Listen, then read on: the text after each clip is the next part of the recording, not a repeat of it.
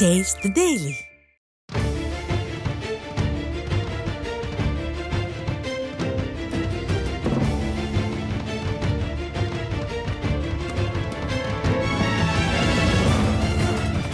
ஆசிரியர்களோட அதிருப்தி மற்றும் போராட்டங்களால மேற்கு வங்கத்துல மம்தா அரசு ஆட்டம் கண்டிருக்கிறத போலவே தமிழ்நாட்டுல ஸ்டாலின் அரசும் ஆட்டம் கண்டிருக்கு.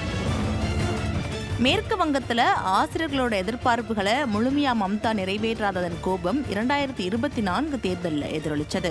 அதே போல ஓட்டுக்காக வாக்குறுதிகளை அள்ளி வீசிய ஸ்டாலின் ஆட்சிக்கு வந்து 4 ஆண்டுகள் ஆன பின்பும் கூட கொடுத்த வாக்குறுதிகளை நிறைவேற்றாம ஆசிரியர்களை வஞ்சித்து வர்றதன் கோபம் வர்ற உள்ளாட்சி தேர்தலிலேயே எதிரொலிக்கும்னே சொல்றாங்க அரசியல் நோக்கர்கள்.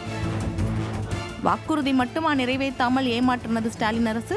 இருக்கிற காலி பணியிடங்களை நிரப்பாம ஆசிரியர்களுக்கு வகுப்புகள் எடுப்பதில் கூடுதல் வேலையை கொடுத்ததோடு மட்டும் இல்லாம கல்வித்துறையில புதுமை டிஜிட்டல் மயமாக்குறோம்னு சொல்லி ஆசிரியர்கள் தலையில மேலும் வேலை சுமையை ஏற்றி மன உளைச்சலுக்கு ஆளாக்குனாங்க.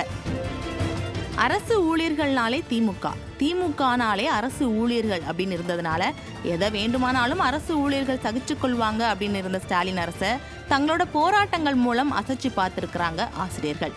இதனால பதறி போன ஸ்டாலின் அரசு திரும்பவும் அவங்கள ஏமாற்றும் விதமா 9 மாத கால அவகாசம் கொடுத்து குழு ஒன்று அமைச்சிருக்கிறாங்க. ஆனா இதுக்கு மேலேயும் திமுகவை நம்பி ஏமாறக்கூடாதுன்னு நினைச்ச ஆசிரியர்கள் வர்ற 2026 தேர்தலில் திமுகவுக்கு எதிர்க்கட்சி அந்தஸ்தை கூட கொடுக்க மாட்டோம்னு உறுதி பூண்டிருக்கிறாங்க.